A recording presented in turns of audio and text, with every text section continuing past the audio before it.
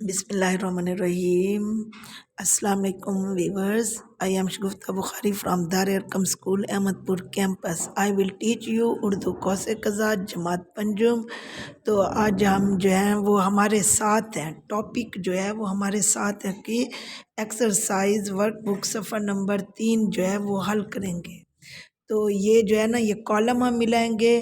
حاجی صاحب کا ایک ہی بیٹا تھا جو نہایت بدتمیز اور خود سر تھا، تو یہ آپ نے کیونکہ ہم نے چیپٹر پڑھا ہوا ہے تو انشاءاللہ تعالیٰ آپ کالم جو ہے وہ خود ملا لیں گے، اور یہ املا بھی یعنی کہ یہ تو بک میں سے لکھیں گے۔ یہ ہے محاورات کا استعمال۔ منہ میں پانی بھر آنا یعنی کسی چیز کو دیکھ کر دل للچانا۔ مٹھائی کو دیکھ کر میرے منہ میں پانی بھر آیا۔ منہ سے پھول جھڑنا یعنی کہ اتنے اچھے طریقے سے بات کرنا کہ جیسے یوں لگ رہا ہو کہ جیسے منہ سے پھول جھڑ رہے ہیں۔ میری دوست جب بھی بات کرتی ہے تو اس کے منہ سے پھول جھڑتے ہیں۔ اب ہم زبان شناسی اور قواعد جو ہے وہ پڑھیں گے۔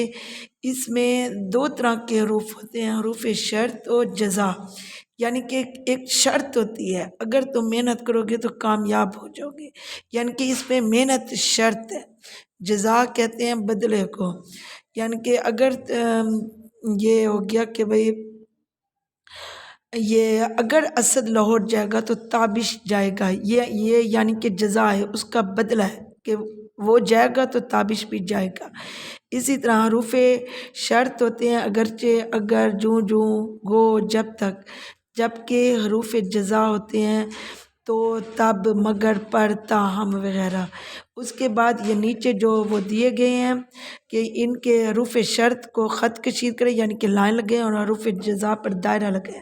تو اگر جو ہے وہ حروف شرط ہے اور یہ تو جو ہے وہ جزا ہے، جب شرط ہے تب تک جزا ہے، اگرچہ شرط ہے لیکن جزا ہے، جو جو شرط ہے اور تو جزا ہے۔ اس کے بعد ہم جو ہے وہ ہمسایوں کے حقوق، جیسا کہ ہم شروع سے سنتے آ رہے ہیں کہ ہمسایوں کے کیا حقوق ہوتے ہیں، تو دینی تعلیمات کی روشنی میں بھی ہمیں ہمسایوں کے حقوق کا مقام کا پتہ چلتا ہے۔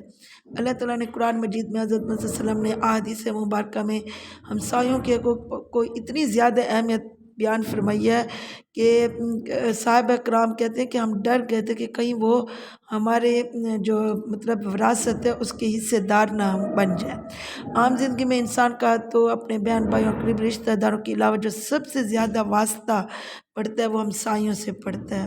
ایک مقام پر آپ صلی اللہ علیہ وسلم نے فرمایا ایک پڑوسی کو پیٹ بھر کر کھانا جائز نہیں جبکہ اس کا پڑوسی بھوکا ہو۔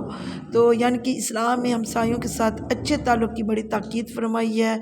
ہر انسان ایک دوسرے کی مدد کا محتاج ہوتا ہے، تو ضروری ہے کہ جب کوئی ہمسایہ بیمار ہو تو اس کی عیادت کی جائے، مصیبت کے وقت ایک دوسرے کی مدد کی جائے، اگر خدا نخواستہ وہ فوت ہو جائے تو اس کے جنازے میں شرکت کی جائے، تاکہ اس طرح جو ہے نا ہم ایک دوسرے کی مدد کر کے امن سکون کا خیال رکھنا چاہیے، اور ہم اس سے اہم مواقع پر ہمیں ہمسایوں سے حسن سلوک سے پیش آنا چاہیے۔ اللہ حافظ۔